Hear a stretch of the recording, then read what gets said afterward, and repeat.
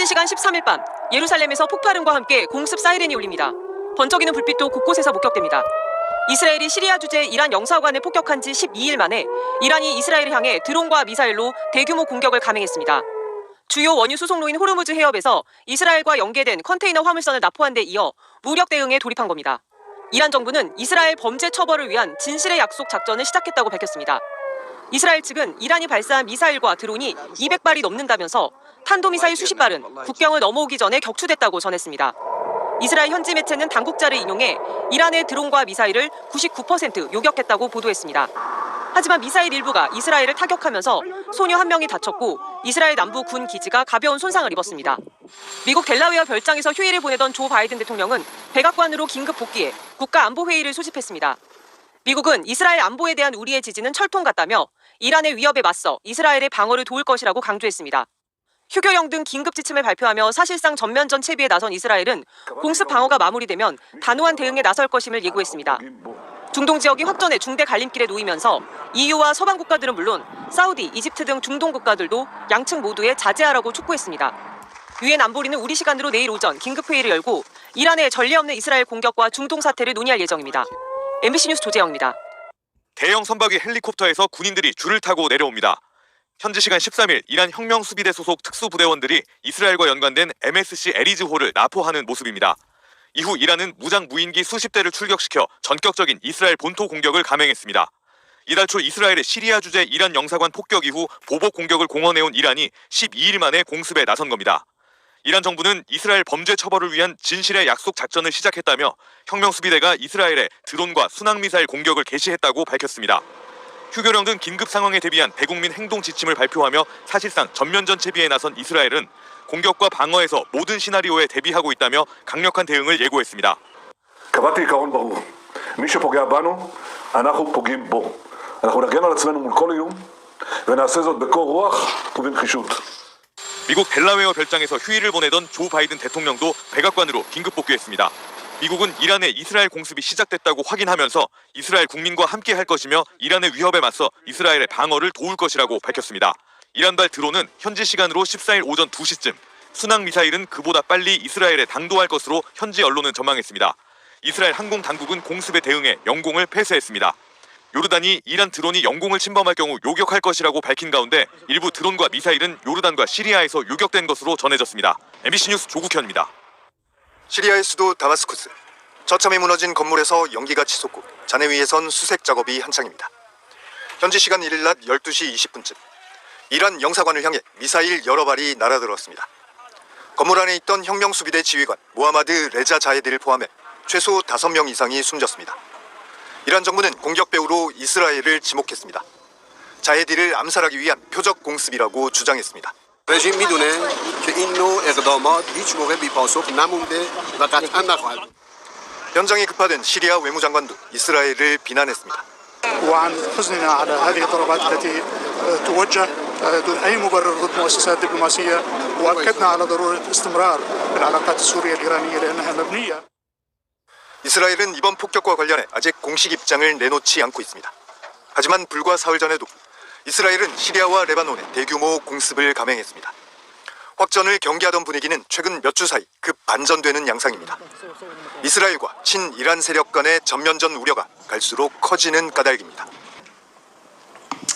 환란과 관련된 전쟁들 중에서 시편 83편을 이제 보겠습니다.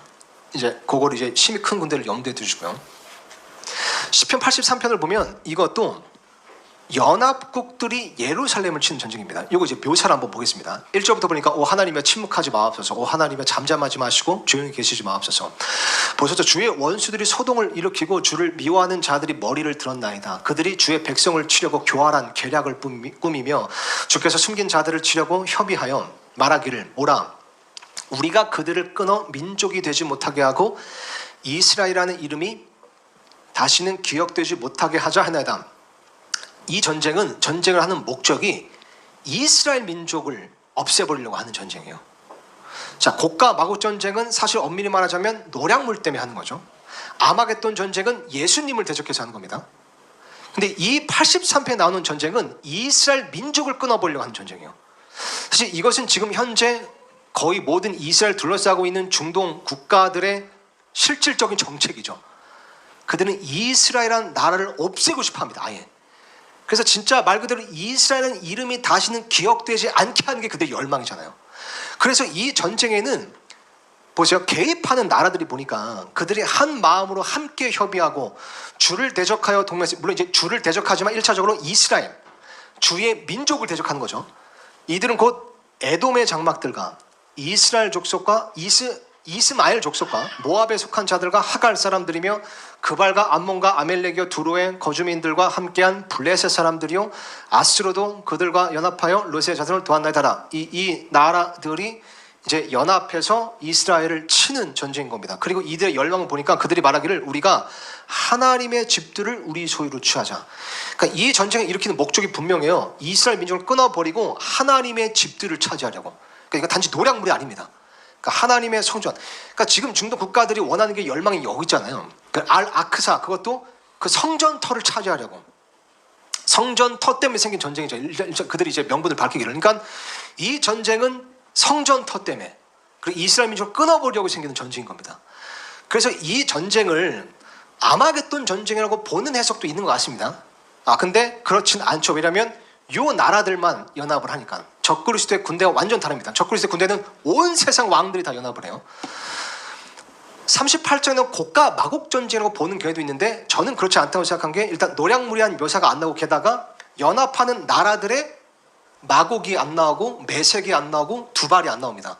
사실 이 세 개 지역이 가장 중심인데 고가 마곡 전쟁에는 그러니까 이 나라들 지금의 이제 현재로 보면 전부 다 이스라엘을 둘러싸고 있는 이제 중동 국가들이에요. 요르단, 사우디아라비아, 예멘, 레바논, 시리아, 이집트, 팔레스타인. 이게 다 여기 나오는 이제 그 민족들의 지금의 현재 이제 국가들이거든요. 근데 보면 이팔 전쟁 지금의 사태만 보더라도 보면 이란이 이제 후원하는 그 시아파 무장 단체가 예멘에서 있고 레바논에 있고 시리아에 있고 또 팔레스타인에 주둔하고 있습니다.